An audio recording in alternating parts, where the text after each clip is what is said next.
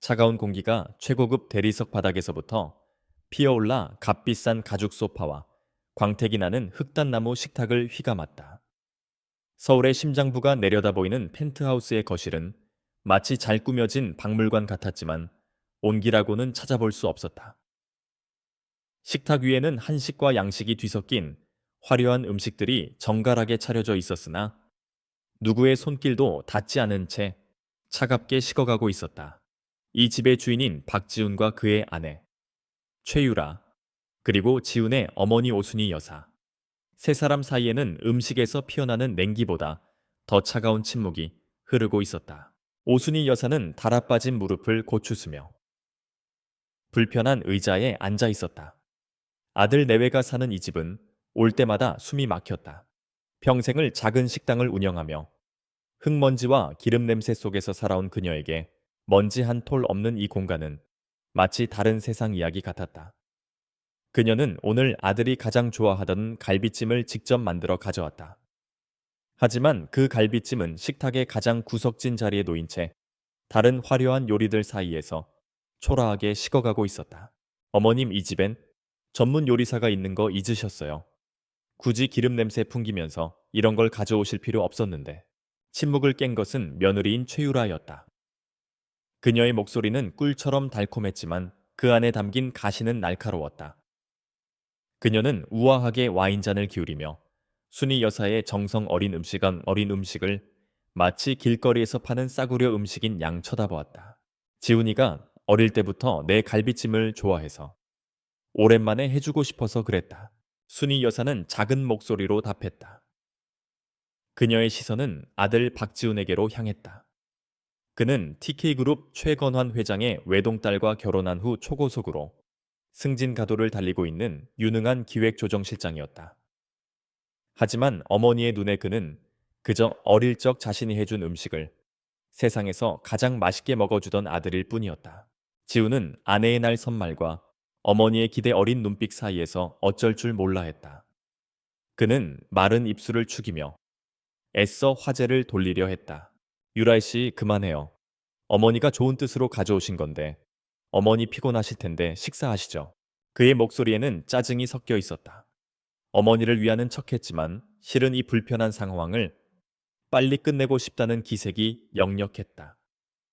그 순간이 최유라가 기다리던 순간이었다. 그녀는 이 집안의 권력이 누구에게 있는지 다시 한번 확인시켜주고 싶었다. 제가 틀린 말 했으나요? 지훈 씨, 어머님은 항상 지훈 씨 어릴 때 얘기만 하세요. 지금 당신은 TK그룹의 박지훈 실장이라고요. 냄새나는 옛날 음식보다는 당신의 지위에 맞는 음식을 드셔야죠. 당신 체면이 곧 제 체면이고 우리 TK그룹의 체면이기도 하니까요. 유라야, 말이 너무 심하지 않니? 내가 내 아들 밥 한번 챙겨주고 싶은 게 그렇게 잘못된 거냐? 평생 참고 살아온 순이 여사였지만 아들의 체면을 운운하며 자신의 정성을 짓밟는 며느리의 말에 결국 참지 못하고 한마디 했다. 하지만 이 한마디는 맹수의 우리의 손을 집어넣은 것과 같은 결과를 낳았다. 최유라의 눈빛이 차갑게 변했다. 그녀는 들고 있던 와인잔을 탁 소리가 나게 내려놓았다. 지금 저한테 따지시는 거예요. 어머님, 제가 뭘 잘못했는데요? 당신 아들 성공하길 바라는 마음에서 드리는 말씀이잖아요.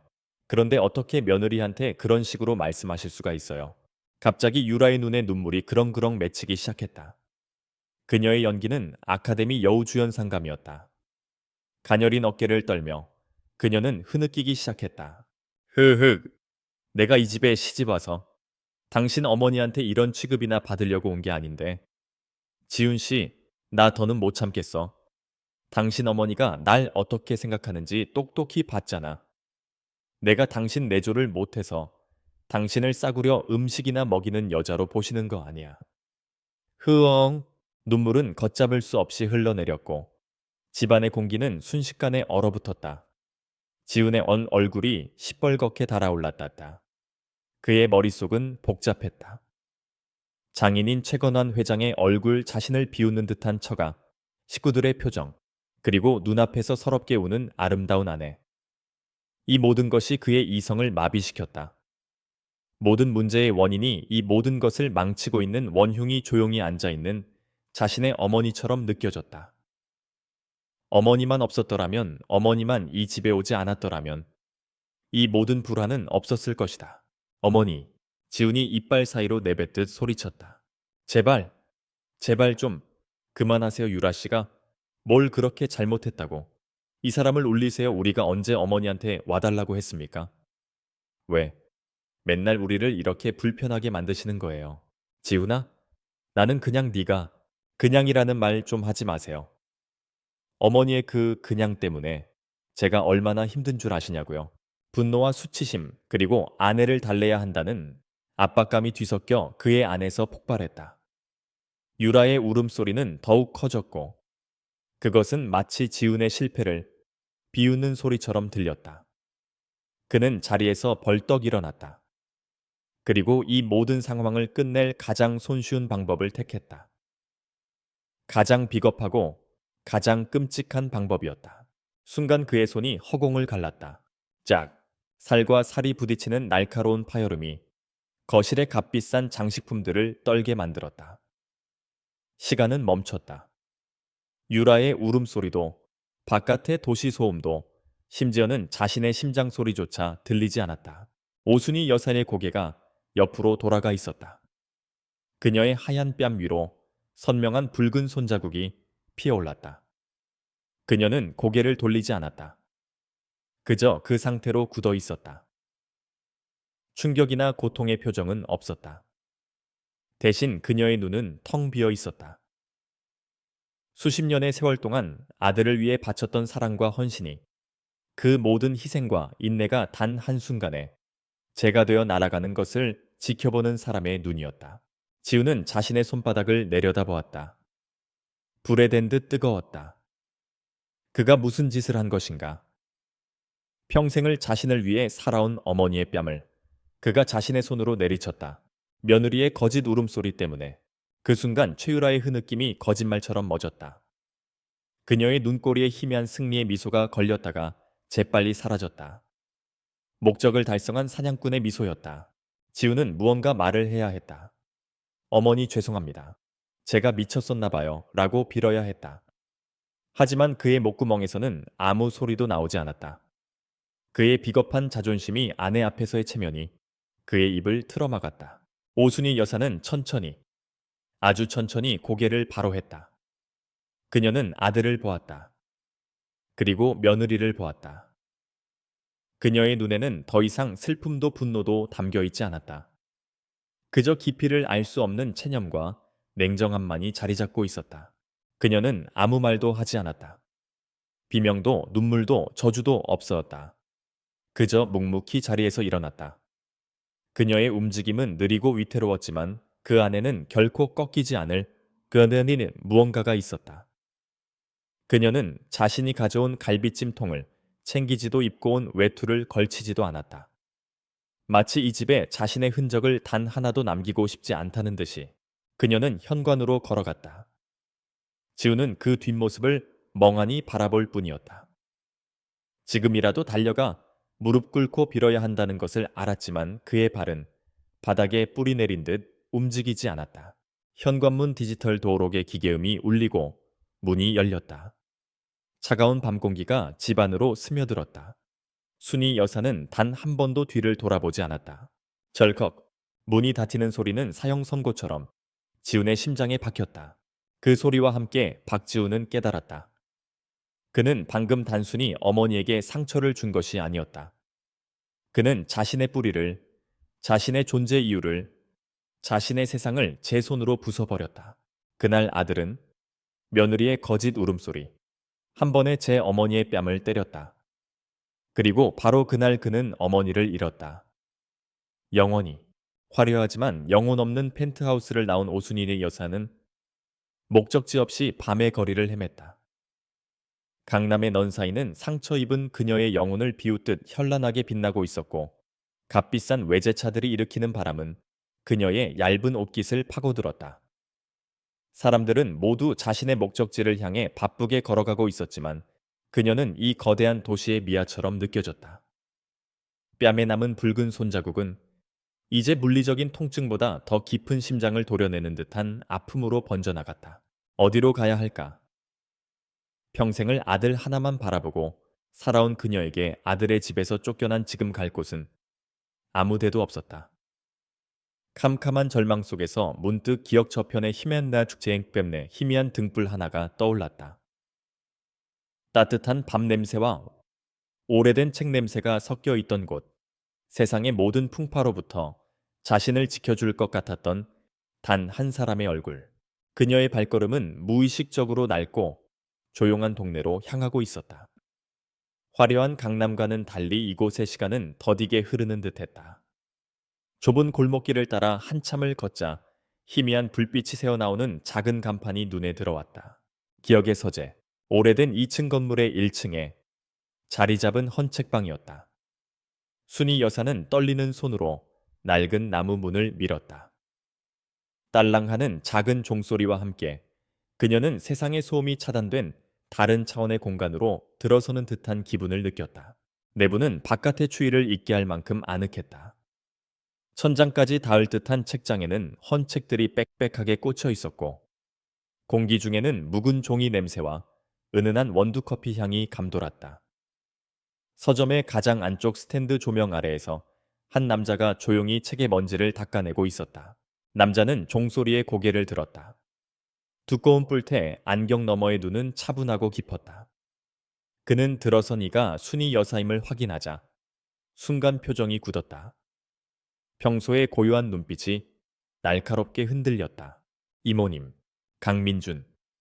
이 서점의 주인이자 순이 여사가 세상에서 아들 다음으로, 아니 어쩌면 이제는 아들보다 더 믿는 유일한 사람이었다. 그는 곧장 그녀에게 다가왔다. 그의 시선은 그녀의 헬쑥한 얼굴과 떨리는 어깨, 그리고 무엇보다도 그녀의 뺨에 선명하게 남은 붉은 자국에 꽂혔다. 민준의 눈썹이 미세하게 꿈틀거렸다. 그의 눈 깊은 곳에서 차가운 분노의 불꽃이 스치듯 타올라주다가 순식간에 다시 고요한 수면 아래로 가라앉았다. 그는 아무것도 묻지 않았다.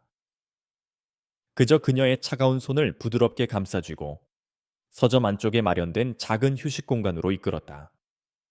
낡았지만 편안해 보이는 소파에 그녀를 앉힌 후 그는 익숙한 동작으로 따뜻한 차를 내오고 두꺼운 담요를 그녀의 어깨에 덮어주었다.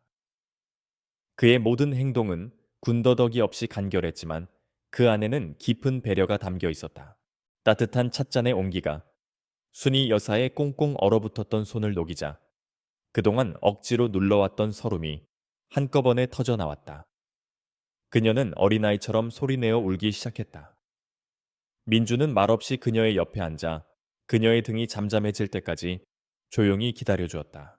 한참의 시간이 흐르고 순이 여사의 울음이 잦아들었을 때쯤 그녀의 시선은 서점 한쪽 벽에 걸린 낡은 흑백 사진에 머물렀다.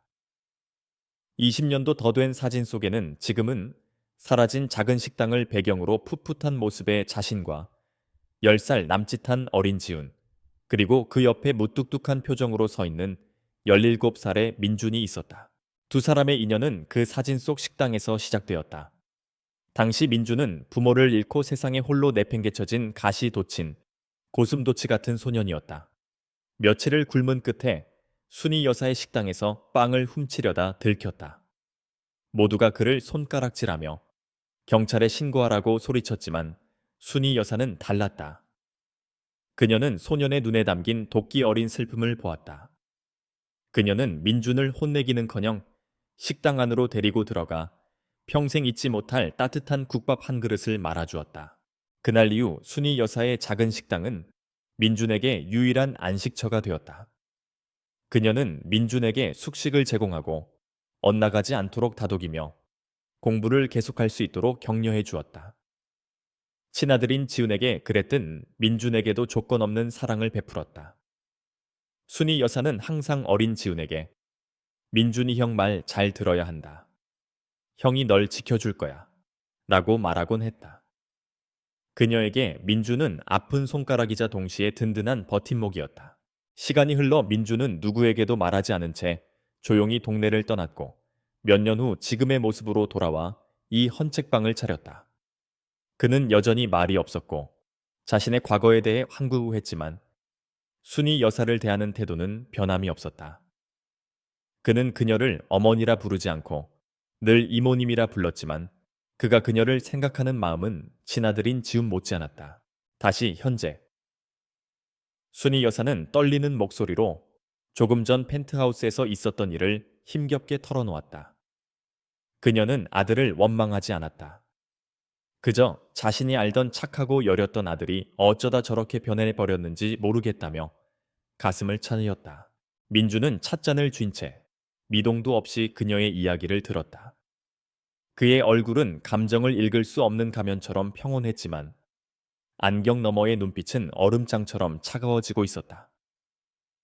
그가 아는 박지우는 비록 어릴 때부터 조금 유약하고 남에게 휩쓸리는 면은 있었어도 제 어머니에게 손찌검을 할 만큼 폐륜적인 인간은 아니었다. 무언가 있다.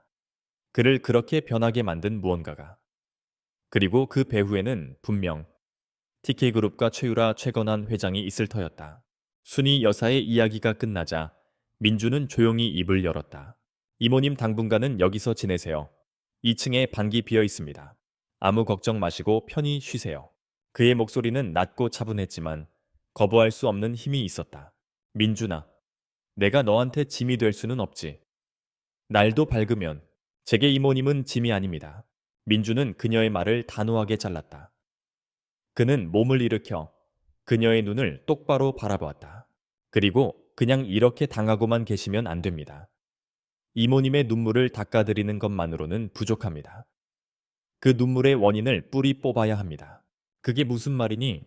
지훈이 형이 왜 그렇게 변했는지, 그들 부부가 이모님께 왜 그런 짓을 했는지 제가 알아내겠습니다. 그것은 단순한 위로가 아니었다. 그것은 차갑고 단단한 강철로 만들어진 약속이었다. 자신을 구원해준 단 한 사람 어머니와도 같은 존재의 존엄이 짓밟힌 것을 결코 좌시하지 않겠다는 맹세였다. 제가 모든 것을 제자리로 돌려놓겠습니다. 아니, 제자리가 어딘지 똑똑히 보여주겠습니다. 그 말을 하는 순간 그의 눈빛은 더 이상 평범한 헌책방 주인의 것이 아니었다. 그것은 과거 국가의 가장 어두운 그림자 속에서 진실을 추적하던 한 남자의 눈빛이었다. 목표를 포착한 사냥개의 눈빛이었다. 순이 여사는 그의 눈을 보며 더 이상 아무 말도 할 수 없었다. 그녀는 그저 고개를 끄덕였다. 수십 년의 세월이 쌓은 신뢰가 그들 사이에 흐르고 있었다. 그날 밤 오순이 여사는 기억의 서재 2층 작은 방의 낡은 침대에서 수십 년 만에 처음으로 깊은 잠에 빠져들었다. 폭풍우 속에서 안전한 항구를 찾은 배처럼 아래층에서는 강민준이 불 꺼진 서점의 어둠 속에 홀로 서 있었다. 그의 손에는 휴대전화가 들려 있었다. 그는 아주 오랫동안 사용하지 않았던 번호로 짧은 메시지를 보냈다. 나다, 도움이 필요하다. 답장은 거의 즉시 도착했다. 알겠습니다, 선배님. 무엇이든 말씀하십시오. 메시지를 확인한 민준의 입가에 희미하지만 섬뜩한 미소가 걸렸다. 고요한 헌책방 주인 강민준의 시간은 끝났다. 이제부터는 복수와 정의를 위한 시간이 시작될 것이었다. 다음날 아침 기억의 서재 출입문에는 개인 사정으로 휴무합니다. 라는 짤막한 안내문이 걸렸다. 서점 안은 여느 때처럼 고요했지만 그 침묵 속에는 폭풍전야의 팽팽한 긴장감이 감돌았다. 위층에서 오순이 여사가 오랜만에 깊은 잠에 빠져 있는 동안 아래층의 강민주는 더 이상 평범한 서점 주인이 아니었다. 그는 서점 가장 안쪽에 있는 외부인에게는 참고 서적 창고로만 보이는 문을 열고 안으로 들어갔다. 그곳은 책으로 가득한 바깥과는 전혀 다른 세상이었다. 방금 처리된 벽 여러 대의 고성능 컴퓨터 모니터 암호화된 서버, 그리고 각종 통신 장비들. 이곳은 그의 진짜 영역이자 과거에 그가 살아 숨쉬는 지휘, 통제실이었다. 민주는 밤새 한숨도 자지 않았지만 그의 눈은 피로감 대신 냉철한 집중력으로 빛나고 있었다.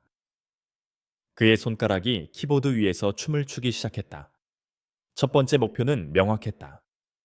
박지훈. 모든 것의 시작이자 현재로서는 가장 약한 골이었다. 그는 먼저 공개된 정보부터 샅샅이 훑었다. 박지훈의 학력 경력, SNS 그가 관련된 언론 기사들. 표면적으로 박지훈의 인생은 완벽한 성공 신화 그 자체였다. 명문대 졸업 국내 굴지에 TK그룹 최건환 회장의 사위가 된 현대판 신데렐라맨, 그리고 입사 후 초고속 승진으로 그룹의 핵심인 전략기획실장 자리에 오른 입지전적인 인물. 언론은 그를 TK의 미래를 책임질 천재 전략가로 묘사하고 있었다. 하지만 민주는 이런 화려한 포장지 아래 감춰진 진실을 찾고 있었다. 그는 공개된 정보들 속에서 미세한 불일치와 과장된 수사들을 하나씩 걸러내며 박지훈이라는 인물의 프로필을 재구성했다. 그는 허영심이 강하고 타인의 인정에 목마르며 자신의 성공을 위해서라면 기꺼이 과거를 지울 수 있는 인물이었다.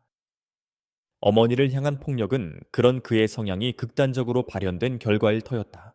하지만 그것만으로는 부족해. 사람을 저렇게까지 변하게 만든 더 큰 이유가 있을 것이다.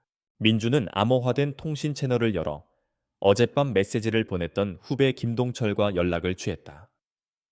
김동철은 민준이 국가정보원에 몸담고 있을 당시 그의 밑에서 일하며 그를 절대적으로 따랐던 유능한 요원이었다. 선배님 말씀하십시오. TK그룹 저를 조배한 이안님. 전략기획실 관련 자료가 필요하다. 박지훈 실장이 주도한 최근 3년간의 모든 M&A 및 신규 사업 프로젝트 자료, 내부 감사팀 보고서까지 포함해서 TK라 쉽지 않은 상대입니다만 알아보겠습니다. 시간은 좀 걸릴 수 있습니다. 보안에 각별히 신경 써라. 이건 개인적인 일이다. 알겠습니다. 후배와의 연락을 마친 민주는 기다리는 동안 다른 경로를 파기 시작했다. 그는 박지훈과 최유라의 개인 자산 흐름을 추적했다. 수많은 차명 계좌와 복잡한 금융 상품들로 위장되어 있었지만 그의 눈을 속일 수는 없었다. 이상한 점이 발견되었다. 몇 달 전 박지훈 부부가 거액의 현금을 동원해 강남의 한 상가 건물을 매입한 사실이 포착된 것이다. 그 자금의 출처가 불분명했다. 정상적인 급여나 상속 재산으로는 설명할 수 없는 규모였다. 그리고 그 상가 건물의 위치가 민준의 신경을 건드렸다. 그곳은 바로 오순희 여사가 수십 년간 식당을 운영했던 지금은 폐허처럼 방치된 그 낡은 건물의 바로 옆 블록이었다. 단순한 우연일까? 그때 김동철로부터 암호화된 파일이 도착했다. 용량이 수십 기가바이트에 달하는 방대치던 자료였다. 민준의 눈이 다시 모니터에 고정되었다. 그는 자료들을 하나씩 분석하며 퍼즐 조각을 맞춰 나가기 시작했다. 몇 시간의 집중 끝에 그는 마침내 부패의 첫 번째 실마리를 찾아냈다. 박지훈의 전략기획실이 주도한 여러 건의 기업 인수, 합병 과정에서 반복되는 패턴이 있었다. TK그룹은 항상 실적 부진에 시달리는 비상장 중소기업들을 시세보다 훨씬 높은 가격에 인수했다. 표면적으로는 사업 다각화와 기술 확보라는 명분이 있었지만 그 이면에는 검은 속내가 숨어 있었다. 민주는 그중 한 건 한울건설이라는 부실한 건설사의 인수 과정을 집중적으로 파고들었다. 서류상으로 TK그룹은 케이맨 제도에 위치한 블루핀 홀딩스라는 투자회사로부터 한울건설의 지분을 매입했다. 하지만 민준의 추가적인 추적 결과 블루핀 홀딩스는 한울건설을 인수하기 불과 석 달 전에 설립된 유령회사 페이퍼 컴퍼니였으며 TK그룹의 지분을 매각한 직후 청산되었다. 전형적인 자금 세탁 및 비자금 조성 수법이었다. 그렇다면 블루핀 홀딩스의 실제 주인은 누구인가? 민주는 NI 시절 구축해두었던 해외 정보망을 동원했다.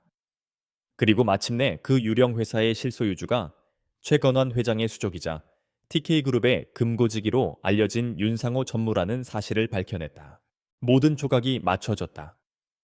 박지훈은 천재 전략가가 아니었다. 그는 장인인 최건환 회장의 검은 돈을 세탁하고 비자금을 조성하는 계획의 설계자이자 얼굴 마담이었다. 부실 기업을 유령 회사를 통해 헐값에 사들인 뒤 TK그룹의 비싼 값에 되팔아 막대한 차익을 남기고 그 차익은 고스란히 최건환 회장의 비밀, 금고로 흘러 들어가는 구조. 박지훈의 초고속 승진은 그의 능력이 아니라 이 더러운 거래에 대한 대가이자 공범의 징표였던 것이다. 민주는 의자 깊숙이 등을 기댔다. 이제 모든 것이 명확해졌다. 아들의 성공에 눈이 먼 페류나의 이야기가 아니었다. 이것은 거대한 기업 범죄의 한 단면이었다. 박지훈이 어머니에게 가한 폭력은 단순히 아내의 눈물 때문만이 아니었을 것이다. 그것은 자신의 과거, 즉 가난하고 초라했던 자신의 뿌리를 상징하는 어머니를 지워버리고 최건환 회장의 충실한 개가 되겠다는 피해 맹세와도 같은 행위였다. 어쩌면 순이 여사의 낡은 식당 건물이 그들의 재개발 계획에 걸림돌이 되었을 수도 있다. 그래서 어머니를 내쫓고 그 땅을 헐값에 차지하려 했을 가능성도 배제할 수 없었다. 가정불화로 시작된 사건은 이제 거대한 부패의 빙산과 연결되었다. 민주는 자신의 앞에 놓인 적이 한낱 못난 아들놈이 아니라 대한민국을 주무르는 거대 재벌 총수 일가라는 사실을 깨달았다. 그는 창밖을 보았다. 어느덧 해가 저물고 있었다. 그는 차갑게 식어버린 커피를 한 모금 마셨다. 쓴맛이 입안에 퍼졌다. 평범한 서점 주인으로 돌아가기에는 너무 멀리 와버렸다. 하지만 그는 후회하지 않았다. 오히려 심장 깊은 곳에서부터 차가운 투지가 끓어오르는 것을 느꼈다. 민주는 자리에서 일어나 방 한쪽에 놓인 화이트보드를 꺼냈다. 그는 보드 중앙에 TK그룹과 최건환 판의 이름을 적었다. 그리고 그 주변으로 박지훈, 최유라, 윤상호, 페이퍼 컴퍼니, 비자금 등의 단어들을 써내려가며 복잡한 관계도를 그리기 시작했다. 가족이라는 이름 아래 숨겨진 추악한 진실. 이제 그 진실을 세상 밖으로 끌어낼 시간이었다. 조용한 사냥이 시작된 것이다. TK그룹의 심장부 서울의 스카이라인을 발 아래에 둔 펜트하우스 오피스에서 최건환 회장은 막 보고를 받고 있었다.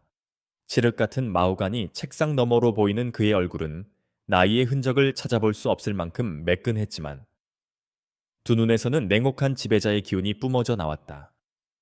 그의 앞에는 신복인 윤상호 전무가 고개를 숙인 채 서 있었다.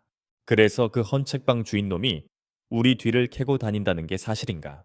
최건환의 목소리는 낮고 조용해 했지만 그 안에 담긴 위압감은 방 안의 공기를 얼어붙게 만들었다. 예, 회장님. 강민준이라는 자입니다. 박 실장 장모님 오순희 씨와 과거의 인연이 좀 있는 것 같습니다.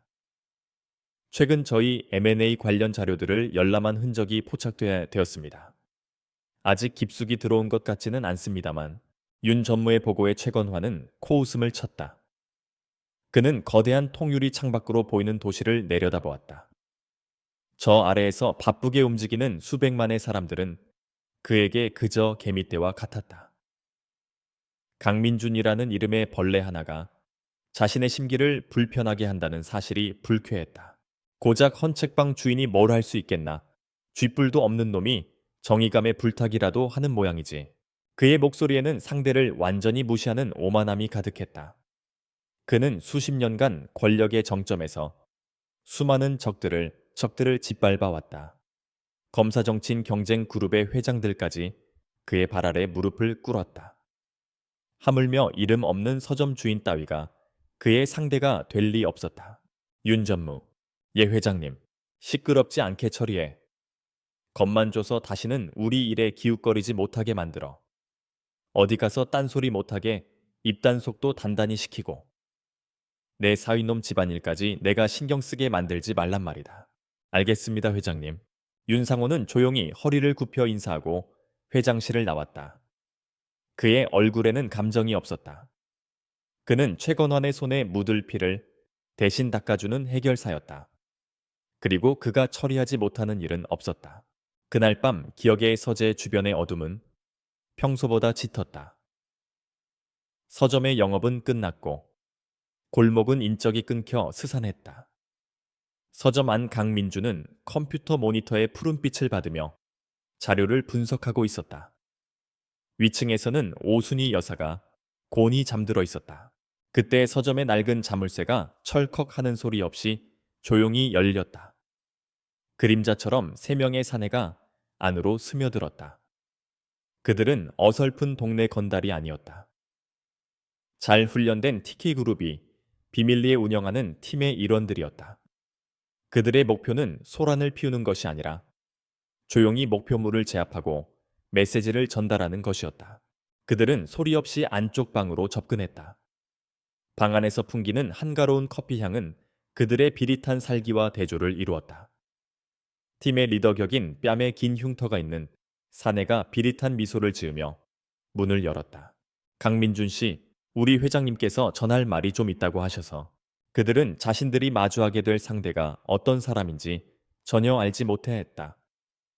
그들의 눈에 비친 강민준은 그저 안경을 쓴 채 놀란 표정으로 자신들을 쳐다보는 평범한 남자일 뿐이었다. 그들은 강민준이 겁에 질려 제처 게네미 난 칠레린겐 겁에 질려 바닥에 주저앉아 빌 것이라고 예상했다. 하지만 강민준은 놀라지 않았다.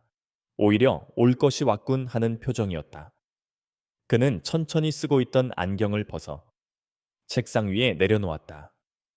그리고 자리에서 일어났다. 그 고요하고 침착한 태도에 오히려 사내들이 순간적으로 당황했다. 흉터가 있는 사내가 다시 입을 열었다. 그의 목소리에는 노골적인 협박이 담겨 있었다. 당신이 어디서 뭘 하고 다니는지 우리가 다 알아.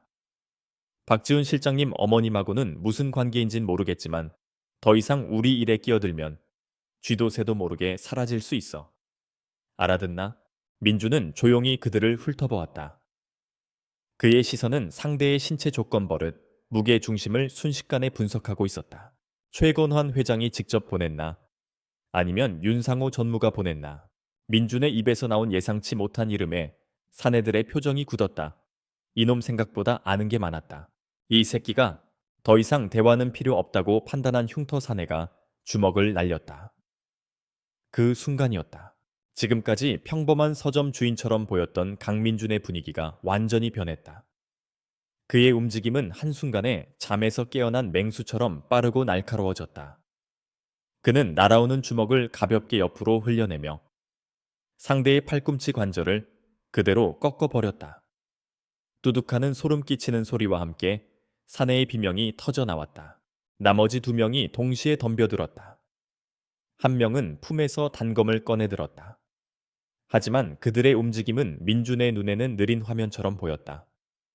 민준은 몸을 숙여 단검을 든 놈의 다리를 걸어 넘어뜨린 후 좁은 책장 사이의 공간을 활용해 다른 놈의 공격을 피했다. 그리고는 손에 잡히는 두꺼운 책 한 권으로 상대의 관자놀이를 정확하게 가격했다. 배엉! 둔탁한 소리와 함께 거구의 사내가 정신을 잃고 쓰러졌다. 마지막으로 남은 팔이 꺾인 리더는 공포에 질린 눈으로 민준을 쳐다보았다. 그는 괴물을 마주한 기분이었다. 민준의 싸움 방식은 화려하지 않았다. 오직 상대의 전투력을 가장 빠르고 효율적으로 무력화시키는 지도키도, 실전적인 기술이었다. 급소 관절 신경. 그의 모든 공격은 인체의 가장 취약한 부분을 정확하게 노렸다. 불과 1분도 되지 않아 3명의 전문가는 바닥에 쓰러져 신음하고 있었다.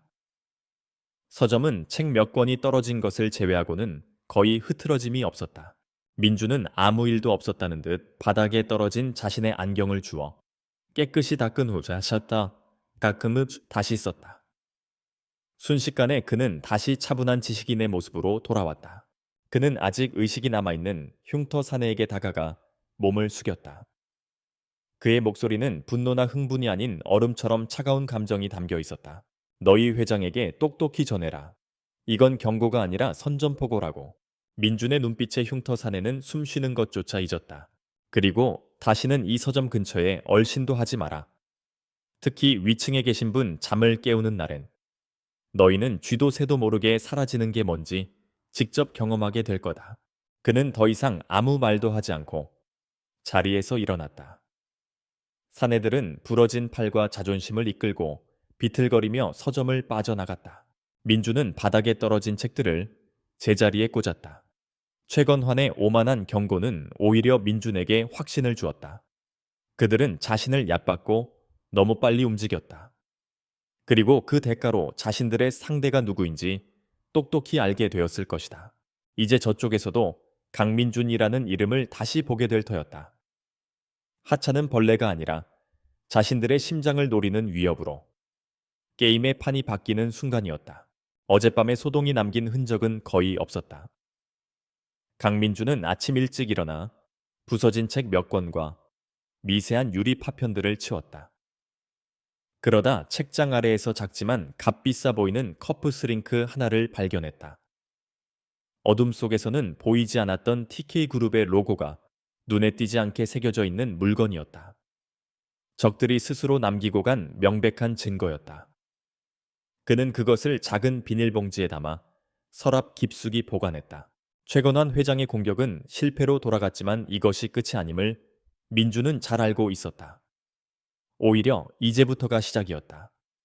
얕봤던 상대에게 한 방 먹은 최건환은 분명 더 교활하고 위험한 방법으로 다시 접근해올 터였다.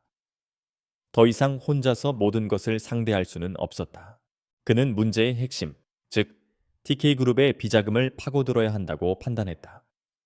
그 돈의 흐름을 쫓으면 최건환의 목에 밧줄을 걸 수 있는 결정적인 증거를 잡을 수 있을 것이다. 하지만 그것은 민간인인 그가 혼자서 할 수 있는 영역을 넘어선 일이었다. 그는 다시 한번 김동철의 도움이 필요했다. 이번에는 메시지가 아닌 직접 만나기로 했다. 두 사람은 인적이 드문 국립중앙도서관의 고문서 열람실 구석에서 마주 앉았다. 낡은 책 냄새와 정적만이 감도는 그곳은 비밀스러운 대화를 나누기에 최적의 장소였다. 김동철의 얼굴에는 수심이 가득했다. 선배님 어젯밤 TK 쪽 팀이 움직였다는 첩보가 있었습니다. 설마 선배님과 관련된 겁니까? 각 전날의 전매의 반가. 그의 목소리에는 진심 어린 걱정이 묻어났다. 민주는 말없이 품에서 커프 스링크가 담긴 비닐봉지를 꺼내 보여주었다. 그들이 내게 이걸 기념품으로 남기고 갔더군. 김동철의 눈이 커졌다. 그는 마른 침을 삼켰다. TK의 팀이 직접 움직였다는 것은 최건환 회장이 이번 일을 아주 심각하게 받아들이고 있다는 뜻이었다. 대체 무슨 일을 하고 계신 겁니까? 이건 너무 위험합니다. 최건환의 비자금 줄기를 찾아냈다. 박지훈이 그 자금 세탁의 설계자이고 페이퍼 컴퍼니를 통해 수천억 원대의 자금을 조성한 정황을 포착했다. 하지만 이건 아직 껍데기에 불과해. 난 그 돈이 어디로 흘러가는지, 그 돈으로 무슨 짓을 하고 있는지 알아야겠다. 민주는 그동안 자신이 파악한 사실들을 간결하게 설명했다. 그의 말을 듣는 동안 김동철의 표정은 점점 더 굳어졌다. 이야기는 한 개인의 복수극을 넘어 국가 시스템을 위협하는 거대한 부패 카르텔의 실체에 가까워지고 있었다. 선배님 원하시는 게 뭡니까? 계엄찰 금융범죄수사단의 자금 추적 시스템과 국세청의 차세대 통합 전산망에 접근할 수 있도록 도와줘. 너의 도움이 필요하다. 김동철의 내 얼굴이 하얗게 질렸다. 그것은 현직 요원으로서 절대 넘어서는 안 될 선이었다. 발각되는 순간 그의 경력은 물론이고 국가 기밀 유출 혐의로 감옥에 갈 수도 있는 중죄였다. 선배님 그건 알아 무리한 부탁이라는 거. 하지만 다른 방법이 없다. 최건화는 그 비자금으로 검찰과 정치권 언론까지 모두 소나기에 넣고 있어. 정상적인 방법으로는 절대 그를 무너뜨릴 수 없다. 민주는 그를 강요하지 않았다. 다만 과거 그들이 함께 요원으로 일하며 꿈꿨던 정의에 대해 이야기했다. 우리가 왜 그 끔찍한 훈련을 견디고 목숨을 걸고 그 일을 했다고 생각하나 최건환 같은 괴물들이 이 나라를 좀먹게 놔두려고 했던 건 아니지 않나. 김동철은 오랫동안 눈을 감고 있었다. 그의 머릿속에서 수많은 갈등이 오갔다. 하지만 결국 그는 눈을 떴다. 그의 눈에는 선배에 대한 깊은 신뢰와 아직 식지 않은 정의감이 함께 타오르고 있었다. 얼마나 필요하십니까? 그렇게 민주는 시스템 내부의 조는 눈을 얻었다. 그날부터 기억의 서재 지하실은 24시간 불이 꺼지지 않는 전쟁 상황실이 되었다. 민주는 김동철이 보내주는 데이터를 기반으로 거대한 돈의 흐름을 역추적하기 시작했다. 수십 개의 차명 계좌와 대포통장 유령 회사들이 복잡한 거미줄처럼 얽혀 있었다. 돈은 미술품 경매, 해외 부동산 투자, 강원랜드, 카지노 칩 등으로 세탁된 후 마침내 하나의 거대한 저수지로 모여들고 있었다. 그리고 그 저수지에서 빠져나간 돈은 현직 국회의원, 고위급 검사, 유력 언론사의 사주 등 사회의 지도층 인사들의 비밀 계좌로 흘러 들어가고 있었다. 최건환의 왕국은 바로 이 검은 돈 위에 세워진 성이었다. 며칠 밤낮으로 이어진 추적 끝에 민주는 특히 의심스러운 자금 흐름 하나를 발견했다. 최근 조성된 비자금 중 상당액이 엘리시안 홀딩스라는 신생 개발 회사로 흘러 들어간 것이다. 민주는 즉시 엘리시안 홀딩스의 뒷조사를 시작했다. 서류상으로는 TK그룹과 아무 관련이 없는 독립회사였지만 실제 소유주는 윤상호 전무의 처남이었다. 사실상 TK건설의 위장 자회사인 셈이었다. 그리고 그들이 추진하고 있는 유일한 프로젝트는 TK 엘리시안 타워라는 이름의 최고급 주상복합 건설 사업이었다. 프로젝트 부지의 주소를 확인한 순간 민주는 숨을 멈췄다. 그곳은 바로 오순희 여사가 평생 운영했던 낡은 식당이 있던 바로 그 동네였다. 민주는 즉시 해당 지역의 토지 등기부등본을 열람했다. TK 측은 이미 지난 몇 년간 일대의 부지를 거의 다 매입한 상태였다. 하지만 프로젝트의 딱 중앙에 위치한 작은 땅 한 조각이 아직 그들의 소유가 아니었다. 알박기처럼 남아있는 그 땅 때문에 전체 프로젝트가 1년 넘게 지연되고 있었다. 민주는 떨리는 손으로 그 땅의 소유주를 확인했다. 소유주 오순희. 순간 모든 퍼즐 조각이 섬뜩한 그림으로 완성되었다. 그날의 폭력과 폭언, 아들의 비정함과 며느리의 잔인함. 그것은 단순한 감정의 폭발이나 가정 불화가 아니라가 안언덕 잠정 불화가 아니었다. 수천억 원이 걸린 개발 프로젝트의 마지막 걸림돌을 치우기 위한 철저히 계산된 연극이었던 것이다.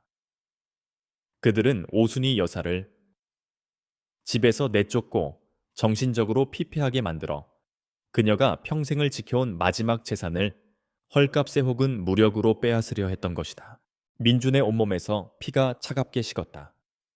아들이 어머니의 뺨을 때린 이유는 고작 며느리의 눈물 때문이 아니었다. 그것은 어머니의 마지막 남은 피와 살을 탐낸 짐승의 탐욕이었다. 그는 프로젝트 조감도와 오순희 여사의 이름이 적힌 등기부등본을 번갈아 보았다. 이제 이 싸움은 단순히 부패한 권력을 향한 정의 구현이 아니었다. 자신을 구원해준 어머니의 마지막 존엄과 재산을 지키기 위한 처절한 사투가 되었다. 그는 이제 정확히 무엇을 부숴야 하는지 알게 되었다. 최건환 회장의 집무실에는 이전과 비교할 수 없는 냉기가 감돌았다. 윤상호 전무는 식은땀을 흘리며 간밤에 있었던 습격의 실패를 보고하고 있었다. 그는 보통 놈이 아닙니다, 회장님. 맨몸으로 저희 팀원 3명을 순식간에 제압했습니다. 전직 특수요원 수준 혹은 그 이상의 전투 능력을 가지고 있습니다. 윤 전무의 보고에 최건환의 미간이 깊게 패였다. 오만한 미소는 사라지고 얼음 같은 분노가 그 자리를 대신했다.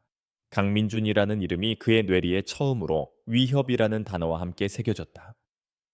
단순히 귀찮은 벌레가 아니라 자신의 제국의 균열을 낼 수 있는 위험 인물이라는 것을 직감했다. 그때 집무실 한쪽에 조용히 앉아있던 최유라가 입을 열었다. 그녀는 아버지 앞에서도 전혀 주눅 들지 않는 최건환의 냉혹함을 그대로 물려받은 딸이었다. 아무리 날고 기는 놈이라도 혼자서는 세상을 못 이기죠, 아버지. 힘으로 안 되면 법으로 밟아버리면 되잖아요. 그녀의 목소리는 뱀처럼 차갑고 매혹적이었다. 그녀의 머릿속에서는 이미 새로운 계략이 완성되어 있었다. 그자가 우리 회사 M&A 자료를 뒤지고 있다면서요? 그럼 산업 스파이 혐의를 씌우는 거예요. 그리고 우리 가족에게 의도적으로 접근했으니 공갈 협박죄를 추가하고요. 헌책방 주인이자 고아 출신의 전과 기록 하나쯤 만들어주는 거 어렵지 않잖아요. 최건환의 입가에 비로소 만족스러운 미소가 떠올랐다. 역시 자신의 딸이었다. 짐승을 잡을 때는 몽둥이가 아니라 덫과 올가미를 써야 하는 법이다. 좋은 생각이다. 구체적인 계획은 이 계획의 핵심은 박지훈 씨예요. 유라가 말했다. 그녀의 눈이 차갑게 빛났다. 피해자가 있어야 경찰도 움직이는 절법이죠. 강민준이 어머니와의 과거 인연을 빌미로 남편에게 접근해서 우리 그룹의 기밀 정보를 빼돌리려 했고 그 대가로 거액을 요구했다고 진술하게 만드는 거예요. 남편이 직접 피해자로 나서면 세상 누구도 우리 말을 의심하지 못할 거예요. 그들의 계획에서 박지훈은 중요한 배우이자 희생양이 될 운명이었다. 그날 밤 지훈과 유라의 펜트하우스. 분위기는 살얼음판 같았다. 유라는 지훈에게 아버지와 꾸민 계략을 아무렇지 않게 설명했다. 마치 저녁 메뉴를 정하는 것처럼. 그녀는 조작된 이메일과 기밀 문서처럼 보이는 서류 몇 장을 지은에게 내밀었다. 이걸 증거로 경찰에 제출할 거예요. 그리고 당신은 강민준을 만나서 이 동화방을 건네주기만 하면 돼. 그가 동화방에 손대는 순간 잠복해 있던 경찰이 그를 현행범으로 체포할 거니까. 지훈의 얼굴이 새하얗게 질렸다. 이것은 차원이 다른 문제였다. 어머니에게 손찌검을 한 것만으로도 평생 죄책감에 시달려야 할 판에 이제는 무고한 사람에게 덫을 놓아 인생을 망가뜨리라니. 심지어 그 상대는 어린 시절 자신을 친형처럼 돌봐주었던 민준이었다. 유라야, 이건 아니야. 민준이 형은 그런 사람이 아니야. 어떻게 이런 짓을... 형강. 유라가 비웃음을 터뜨렸다. 정신 차려, 박지훈 씨. 고아 출신 헌책방 주인이 당신 형이야. 당신은 TK그룹 최건한환 회장의 사위라고. 그 사람이 아니라 내가 우리 아버지가 당신 가족이야. 그녀는 지훈에게 다가가 그의 뺨을 부드럽게 쓰다듬었다. 하지만 그녀의 손길은 차가웠고 눈빛은 더 차가웠다. 이 모든 게 누구 때문에 시작된 일인데 당신 어머니만 아니었어도 이렇게까진 안 됐어. 당신이 시작한 일 당신이 마무리해야 하지. 만약 여기서 당신이 다른 마음을 품는다면 우리가 당신에게 준 모든 것 다시 빼앗아 갈 수도 있다는 거 잊지 마. 당신 우리 가문에서 버림받고 싶어. 협박과 회유. 지훈을 조종하는 가장 효과적인 방법이었다. 버림받는다는 것에 대한 공포, 그리고 지금껏 누려온 부와 명예를 잃을 수 있다는 불안감이 그의 마지막 남은 양심을 갉아먹었다. 그는 결국 고개를 떨궜다. 괴물이 되기로 선택한 인간의 무력한 굴복이었다. 며칠 후 지우는 떨리는 손으로 전화기를 들었다. 민준의 번호를 누르는 손가락이 청은망은 무거웠다. 신호음이 몇 번 울린 후 차분한 민준의 목소리가 들려왔다. 여보세요. 지우는 유라가 시킨 대로 미리 연습한 대사를 읊었다. 목소리는 죄책감 때문에 형편없이 떨리고 있었다. 형, 나 지훈이야. 그날, 그날 일은 정말 미안했어. 예요. 내가 정말 미쳤었나 봐. 어머니께도 너무 죄송하고 형한테 꼭 사과하고 싶어서. 우리 잠깐 만날 수 있을까? 가천비 언두츠게. 그는 어머니 이야기를 꺼내며 민준을 자극했다. 그리고 약속 장소를 말했다. TK그룹 소유의 호텔 커피숍. 사방에 CCTV와 감청 장비가 설치된 완벽한 무대였다. 전화기 너머에서 잠시 침묵이 흘렀다. 지훈은 심장이 터질 것 같았다. 민주는 지훈의 목소리에 담긴 미세한 불안감과 부자연스러움을 놓치지 않았다. 모든 것이 너무 갑작스럽고 너무 자기적이었다. TK의 팀이 다녀간 지 불과 며칠 만에 걸려온 화해의 전화. 이것이 덫이라는 것을 그는 본능적으로 직감했다. 하지만 민준의 입에서는 예상 밖의 대답이 나왔다. 그래, 만나자. 할 얘기가 많을 것 같군. 그의 목소리는 지극히 평온했다. 전화를 끄는 민준은 창밖의 어두운 도시를 내려다보았다. 그의 얼굴은 감정을 읽을 수 없을 만큼 고요했다. 그는 자신이 함정 속으로 걸어 들어가고 있다는 것을 알았다. 하지만 사냥꾼에게 함정은 위기이자 동시에 기회이기도 했다.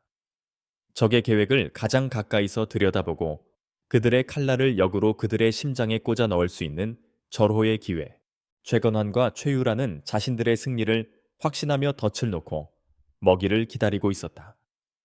그 먹이가 실은 자신들을 사냥하러 오는 사냥꾼이라는 사실은 꿈에도 모른 채 덫이 놓인 것을 알면서도 그 안으로 걸어 들어가는 사냥꾼은 두 종류다. 어리석거나 혹은 더 큰 덫을 준비했거나. 강민주는 당연히 후자였다. 약속 당일 그는 평소와 다름없는 모습으로 서점 문을 나섰다. 하지만 그의 셔츠 단추는 초소형 카메라였고 그의 만년필은 고성능 녹음기였다. 눈에 보이지 않는 이어폰으로는 김동철의 목소리가 흘러나오고 있었다. 선배님, TK 호텔 스카이 라운지 내외부 CCTV 및 음향 시스템 모두 장악했습니다. 실시간 녹화 및 3중 백업 중입니다. 또한 TK 법무팀 명의로 강남경찰서에 공갈 협박 현행범 체포 협조 요청이 들어간 사실도 확인했습니다. 현재 사복경찰 6명이 라운지 내외부에 배치되어 있습니다. 알겠다. 계속 주시해. 민주는 짧게 답하며 약속 장소인 호텔 스카이 라운지로 들어섰다. 눈부신 샹들리에와 화려한 장식 서울의 정형이 한눈에 들어오는 이곳은 최건환 일가의 오만함을 그대로 빼닮은 공간이었다. 박지우는 창가 자리에 초조한 모습으로 앉아 있었다. 그의 얼굴은 핏기 없이 하얗게 질려 있었고 테이블 밑으로는 다리를 심하게 떨고 있었다. 그의 옆자리에는 돈이 가득 담겨 있을 검은색 서류 가방이 놓여 있었다. 민주는 마치 오랜 친구를 만난 것처럼 태연하게 그의 맞은편에 앉았다. 그 여유로운 태도가 지훈의 불안감을 더욱 증폭시켰다. 오래 기다렸나? 에, 아니야 형. 와줘서 고마워. 지훈은 준비된 대본을 읊기 시작했다. 그의 목소리는 심하게 떨렸고 시선은 불안하게 흔들렸다.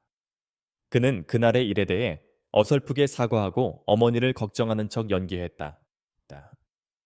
민주는 아무 말 없이 그를 지켜보았다. 마치 잘 짜인 연극을 감상하는 관객처럼. 마침내 지우는 본론으로 들어갔다. 그는 옆에 있던 서류 가방을 테이블 위로 밀었다. 형, 이 자료들 때문에 힘든 거 알아. 그러니까 이걸 받고 그냥 덮어줘. 우리 어머니를 위해서라도. 제발. 그것이 신호였다. 지훈의 눈빛이 흔들렸다. 민준이 저 가방에 손을 대기만 하면 모든 것이 끝난다. 잠복해 있던 경찰들이 들이닥칠 것이고 강민주는 파렴치한 공갈 협박범으로 전락하게 될 것이다. 하지만 민주는 가방에 손을 뻗지 않았다. 대신 그는 지훈을 향해 차가운 미소를 지어 보였다. 지훈아, 연기가 많이 늘었구나. 최유라가 시킨 건가 아니면 최건환 회장님이 직접 대본을 써주셨나? 순간 지훈의 얼굴에서 모든 핏기가 사라졌다. 그의 동공이 공포로 확장되었다. 민주는 몸을 앞으로 숙였다. 그의 목소리는 나직했지만 라운지에 설치된 모든 마이크가 선명하게 잡아낼 만큼 또렷했다. 이 가방 안에 든 돈 최건환 회장 비자금에서 나온 건가? 산업 스파이 및 공갈 협박죄로 날 엮으려는 거 알아. 지금 이 자리 저기 창가에 앉아 신문을 보는 척하는 저 남자 뵈서 혼자 술을 마시는 저 여자 다 너희가 심어놓은 경찰이겠지. 민주는 라운지 안에 배치된 사복 경찰들의 위치를 정확하게 짚어냈다. 그의 말 한마디 한마디는 비수가 되어 지훈의 심장에 박혔다.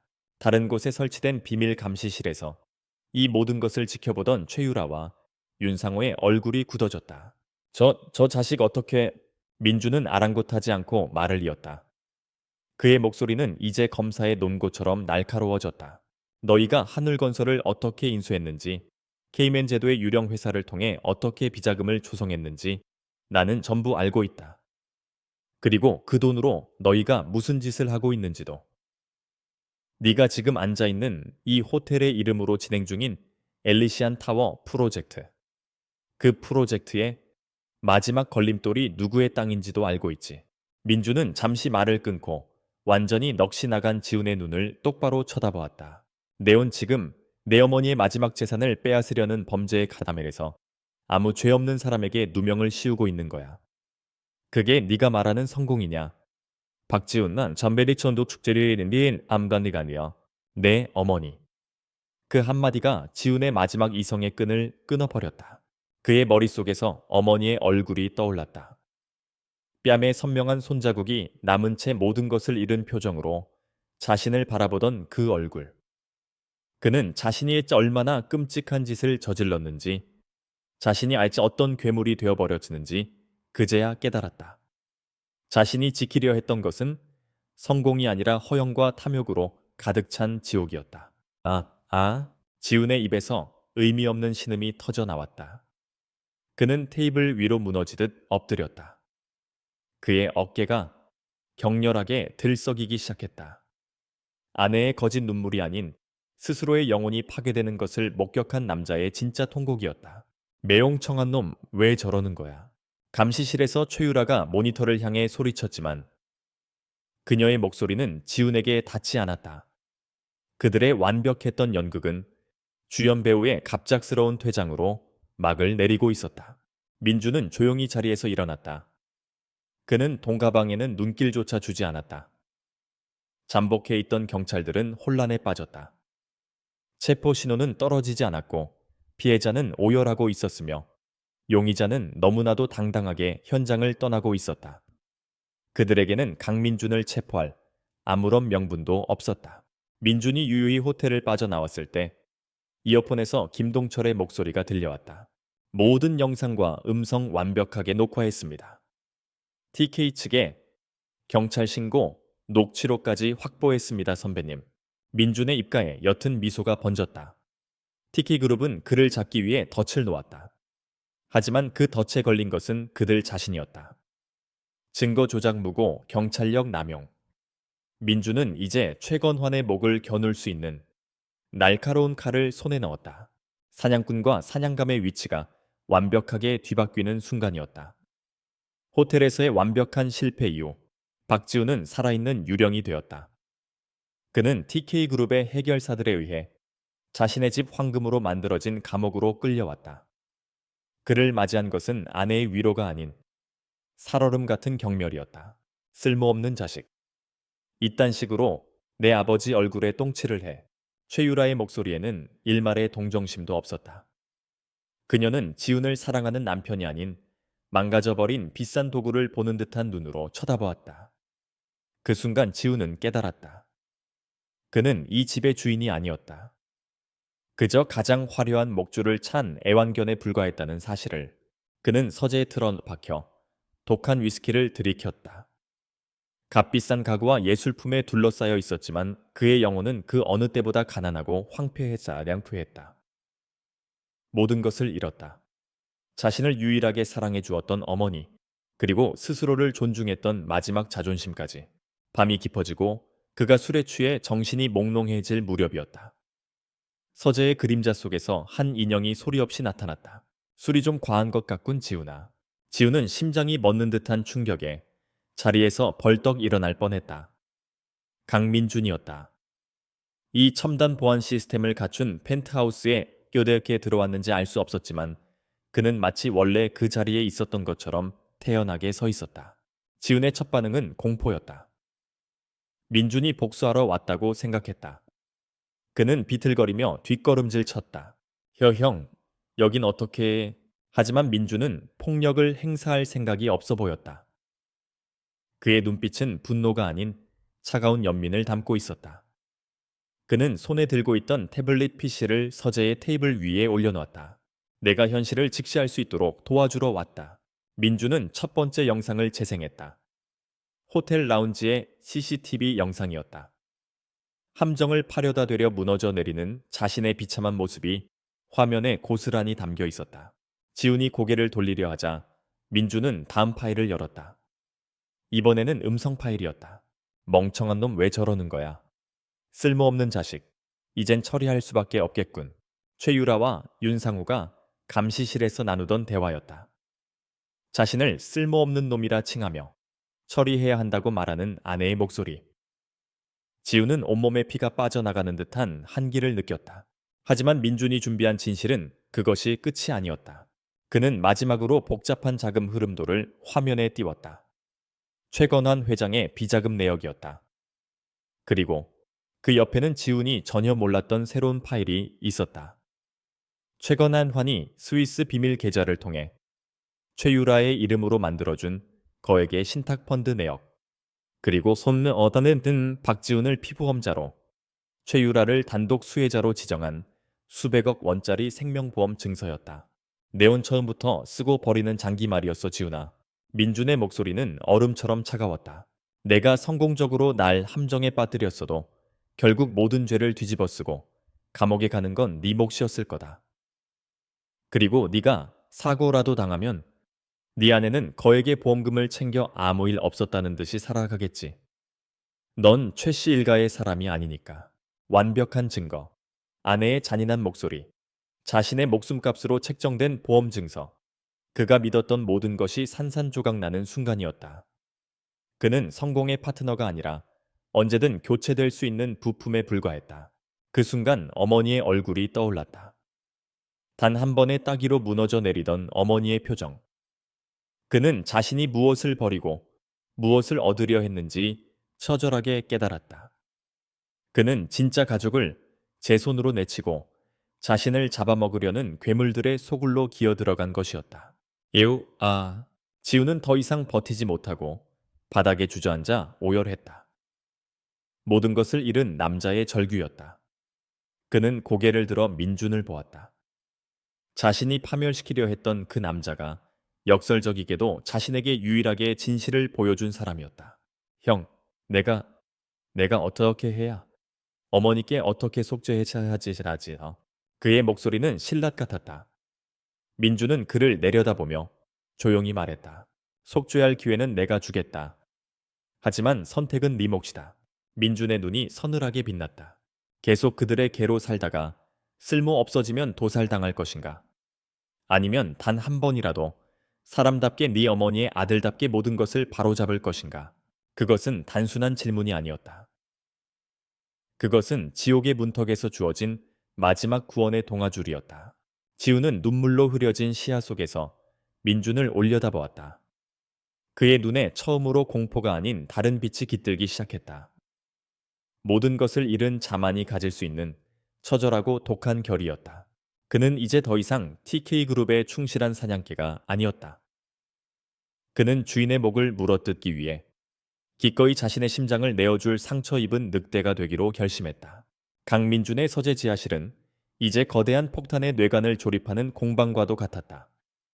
며칠 밤낮으로 박지우는 유령처럼 TK그룹의 내부 서버를 오가며 최건환의 범죄 증거들을 빼돌렸다. 비자금의 실제 장부 최 회장의 지시가 담긴 암호화된 메시지 오순희 여사의 땅을 헐값에 차지하기 위한 구체적인 계획안까지. 그는 자신의 모든 것을 걸고 자신을 파멸시켰던 제국을 향한 비수를 만들고 있었다. 민준과 김동철은 이 강대한 자료들을 기존에 수집한 증거들과 결합하여 누구도 빠져나갈 수 없는 완벽한 사건 파일을 구축했다. 이제 남은 것은 이 폭탄을 터뜨릴 가장 정확한 장소와 시간을 정하는 것이었다. 그들은 두 개의 목표를 정했다. 첫째는 법조계의 칼 한태석 검사였다. 그는 과거 TK그룹을 수사하다 외압으로 좌천되었던 경험이 있는 뼈에 사무친 원한과 정의감을 동시에 품고 있는 인물이었다. 그에게 이 사건 파일은 평생의 수건을 풀 기회였다. 둘째는 언론계의 팬 이수연 기자였다. 그녀는 권력에 굴하지 않는 탐사 보도로 명성이 높은 대중의 신뢰를 받는 언론인이었다. 그녀의 팬은 최건환을 향한 여론의 심판을 이끌어낼 가장 강력한 무기였다. 결전의 날 작전은 한치의 오차도 없이 시작되었다. 민주는 한태석 검사와 비밀리에 접선했다. 그는 사건의 핵심 증거와 박지훈의 자술서가 담긴 파일을 건넸다. 산더미 같은 증거 앞에서 한 검사의 눈은 이글거렸다. 그는 즉시 특별수사팀을 소집하고 TK그룹 본사와 최건환의 자택에 대한 압수수색 영장을 청구했다. 동시에 민주는 이수연 기자에게 암호화된 하드디스크를 전달했다. 단 하나의 조건이 있었다. 검찰의 압수수색이 시작되는 순간 기사를 터뜨려 달라는 것. 다음날 오전 9시 한태석 검사가 이끄는 수사팀이 TK그룹 본사 1층 로비에 들이닥쳤다. 로비의 대리석 바닥에 수사관들의 구둣발 소리가 울려 퍼지는 바로 그 순간 이수연 기자의 기사가 온라인을 통해 세상에 공개되었다. 부패의 상아탑, TK그룹 비자금과 한어머니의 땅을 노린 추악한 음모. 기사는 폭탄이었다. 박지훈의 내부 고발과 구체적인 증거를 바탕으로 한 기사는 순식간에 모든 포털 사이트의 메인을 장식했고 주식시장에서 TK그룹의 주가는 수직으로 추락하기 시작했다. 최건환은 자신의 집무실에서 TV 화면을 통해 이 모든 광경을 보고 있었다. 그의 얼굴은 분노를 넘어선 경악으로 굳어 있었다. 저롱성 같았던 그의 제국이 고작 이름 없는 헌책방 주인 하나 때문에 뿌리부터 흔들리고 있었다.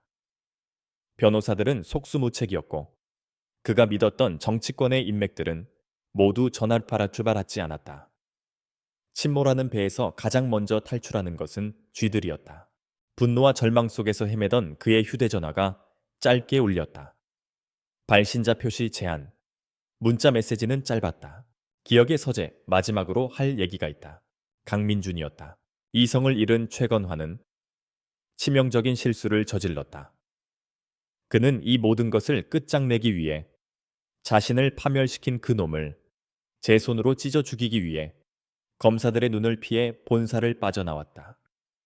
그는 여전히 자신이 상황을 통제할 수 있다고 믿었다. 돈과 폭력으로 이 가짜는 반란을 진압할 수 있다고. 그는 윤상호 전무만을 대동한 채 기억의 서재로 향했다.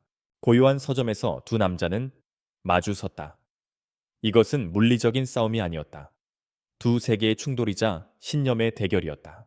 내 놈이 감히 누군지 알고 이딴 짓을 벌여 내 놈 인생 내가 여기서 끝장낼 수도 있어. 최건환이 짐승처럼 으르렁거렸다. 민주는 흔들림 없는 눈으로 그를 바라보았다. 당신 인생이 이미 끝났다는 걸 아직도 모르겠나. 최건환은 비웃었다. 그의 마지막 무기돈을 꺼내들었다. 원하는 게 돈인가 얼마면 돼. 100억 천연억 불러. 내 가진 놈 인생 그 돈이면 평생 발 뻗고 살 수 있을 거다. 바로 그 순간이었다. 민준이 기다렸던 마지막 퍼즐 조각. 방금 하신 검찰 수사 매수시도 잘 들었습니다, 회장님. 민준의 입에서 나온 차가운 한마디에 최건의 주반겨 최화만의 얼굴이 굳었다. 민준은 서점 한 구석에 숨겨져 있던 카메라를 가리켰다. 이 대화 지금 한태석 검사님 팀에서 실시간으로 보고 듣고 있습니다. 최건화는 그제야 자신이 처음부터 끝까지 민준의 손바닥 위에서 놀아났다는 사실을 깨달았다. 분노, 모멸감, 그리고 뒤늦은 공포가 그의 얼굴을 뒤덮었다. 절대 무너지지 않을 것 같던 거인의 표정이 와르르 무너져 내렸다. 바로 그때 서점 문이 거칠게 열리며 한태석 검사와 수사관들이 들이닥쳤다. 초혜견환 씨, 윤상호 씨. 증거 인멸 및 수사 관계자 매수 시도, 현행범으로 두 사람을 체포합니다. 카메라 플래시가 쉴 새어 없이 터졌다. 이수연 기자를 포함한 수많은 기자들이 이 역사적인 순간을 담고 있었다. 은빛 수갑이 최건환의 손목에 채워지는 순간 대한민국을 지배했던 부패의 산가탑은 처참하게 무너져 내렸다. 모든 것은 한 어머니의 눈물에서 시작되었고 한 조용한 남자의 약속으로 끝을 맺었다.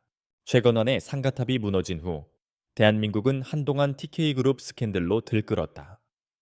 부패의 실체는 대중의 상상을 초월했고 국민적인 분노는 하늘을 찔렀다. 최건환 회장과 최유라를 포함한 최씨 일가 그리고 윤상호 전무를 비롯한 핵심 임원들은 모두 법의 심판대에 섰다. 강민준이 제공한 완벽한 증거와 재판정에서 모든 사실을 증언한 박지훈의 고백 앞에서 그들은 어떠한 변명도 할 수 없었다. 그들은 수십 년에 걸친 횡령 배임 뇌물 공여, 증거 조작 등의 혐의로 모두 중형을 선고받고 차가운 감옥에 수감되어졌다. 한 시대를 풍미했던 재벌 제국은 그렇게 허무하게 막을 내렸다. 박지훈 역시 법의 심판을 피할 수는 없었다. 그는 비자금 조성에 가담한 혐의로 징역형을 선고받았다. 하지만 수사에 적극적으로 협조하고 모든 죄를 뉘우친 점이 참작되어 형량은 대폭 감형되었다. 그는 항소 없이 담담하게 자신의 죗값을 받아들였다. 그것이 그가 할 수 있는 해야만 하는 유일한 속죄의 시작이었다. 세상이 TK 스캔들에 대한 기억을 조금씩 잊어갈 무렵 강민주는 다시 조용한 서점 주인으로 돌아갔다. 그는 모든 언론의 인터뷰 요청을 거절했고 그의 이름은 사건 기록 속에서 철저히 보호되었다. 세상은 TK그룹을 무너뜨린 것이 용기 있는 내부 고발자와 집념 강한 검사의 합작품이라고 기억했다. 그는 더 이상 아무것도 바라지 않았다. 오순희 여사를 향한 그의 약속은 지켜졌고 그것으로 충분했다. 몇 년의 시간이 흘렀다. 차가운 교도소의 철문이 열리고 박지훈이 세상 밖으로 나왔다. 그는 몇 년 사이 10년은 더 늙어 보였다. 화려했던 과거의 모습은 온데간데 없었고 깊게 팬 주름과 슬픔이 담긴 눈빛만이 그가 걸어온 시간을 말해주고 있었다. 그는 모든 것을 잃었다. 부명예 가족 그리고 사회적 지위까지. 하지만 그가 교도소의 차가운 벽 안에서 매일 밤 되찾고 싶었던 것은 단 하나 어머니였다. 그는 수소문 끝에 어머니가 계신 곳을 알아냈다. 오순희 여사는 더 이상 서울에 살지 않았다. 강민준의 도움으로 문제가 되었던 그 땅을 정당한 가격에 처분하고 남쪽 바닷가의 작은 마을에 아담한 집을 마련해 살고 있었다. 지우는 버스를 몇 번이나 갈아타고 한참을 걸어 어머니의 집 앞에 도착했다. 담쟁이 덩굴이 예쁘게 자란 낮은 담장 너머로 어머니가 가꾸는 작은 정원이 보였다. 그리고 그 정원에서 하얀 머리카락의 어머니가 호미로 밭을 메고 있었다. 그녀의 얼굴에는 주름이 더 깊어졌지만 지훈이 기억하던 그늘과 고통 대신 바다를 닮은 평온함이 자리 잡고 있었다.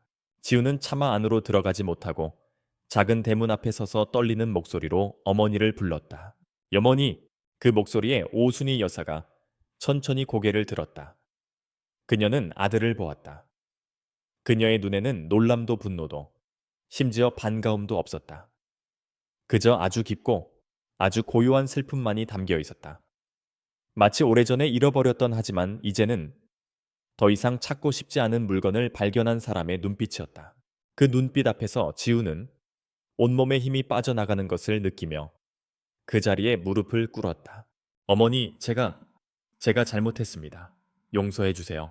그는 흙바닥에 이마를 대고 어린아이처럼 울었다. 수년간 가슴에 쌓아두었던 참회와 그리움이 한꺼번에 터져 나왔다. 오순이 여사는 한참 동안 그런 아들의 모습을 말없이 바라보았다. 이윽고 그녀가 입을 열었다. 그녀의 목소리는 바닷바람처럼 부드러웠지만 아들과 그녀 사이의 거리를 가늠하게 할 만큼 멀게 느껴졌다. 일어나거라. 이 어머니, 세상에는 용서할 수 있는 일이 있고 없는 일이 있단다. 나는 이제 괜찮다. 그러니 너도 그만 내 인생을 살아가거라.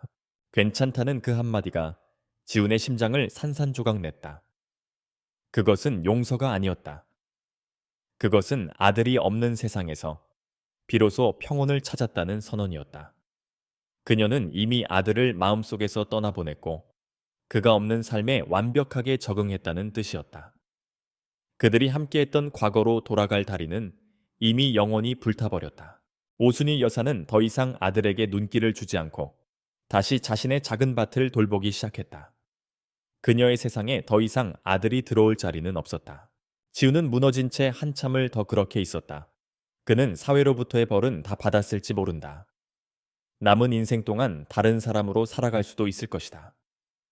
하지만 그날 며느리의 거짓 눈물 한 방울에 눈이 멀어 어머니의 뺨을 내리쳤던 그 순간은 영원히 되돌릴 수 없다는 것을 깨달았다.